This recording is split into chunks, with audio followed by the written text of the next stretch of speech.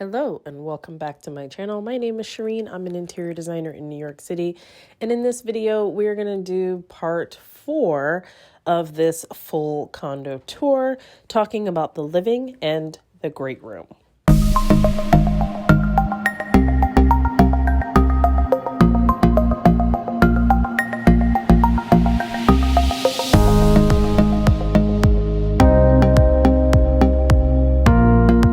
This great room with a living and dining room space is also open to the kitchen.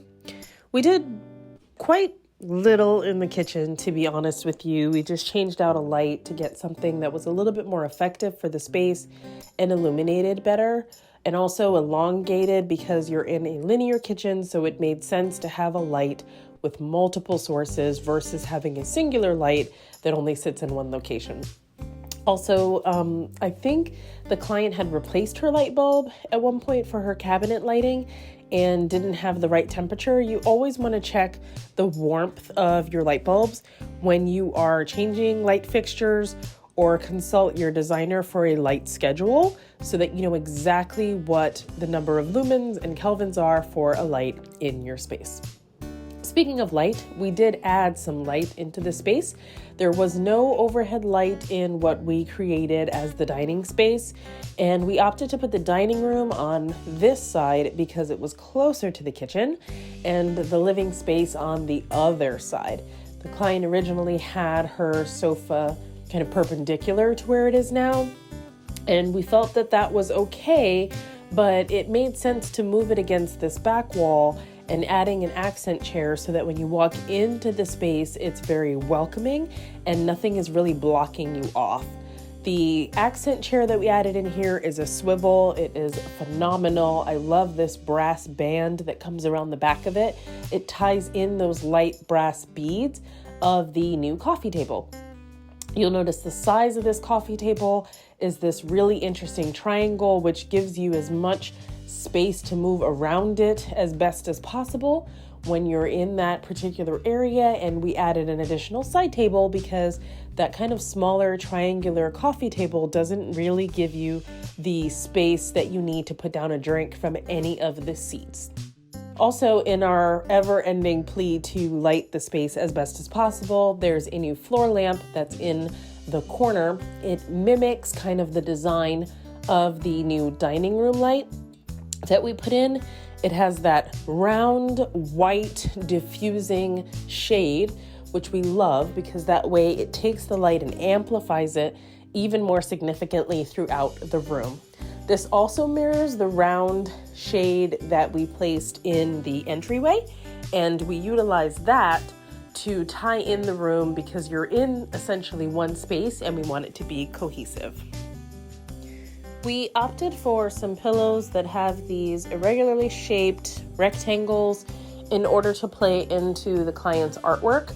Their blue and red artwork that's on the wall also have similar rectangles of that shape, and I love that we have that artwork placed vertically so that we continue to add height to the room.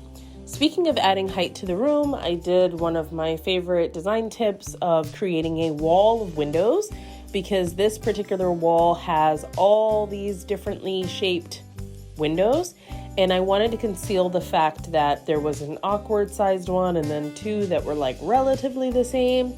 So I placed in this track where the client can slide their window treatments all the way down the wall, closing off all the light, but still letting a lot of light in with the type of curtains because they're white and they have this beautiful linen texture. Or they can open them up and adjust them how they feel necessary in order to block the sun. They also have some shades, they're roller shades that are in there. And I love to layer window treatments because I think it's important not just from a temperature standpoint, but also controlling the lighting in this space. And then at the end, obviously visually how the space looks. So whether you want to black out that space or whether you want something that's more see-through with like a solar shade, and whether or not you want something that feels a little bit warmer, which usually bringing in the final window treatments and drapery is what tends to kind of cozy up the space, if you will. Last but not least, over in the great room, we reused the client's original sofa, as I mentioned, And this rug that's down here on the floor is from the Black Interior Designers group. The designers had a collaboration with Pottery Barn recently, and they designed this rug, which I think is just phenomenal. It was just a tad too large to the space, so we had it cut down and rebound so that it would fit perfectly with the dimensions that we needed. This ties everything together with the visuals and the curves and the other elements that are in this space, which play really nicely into the dining room.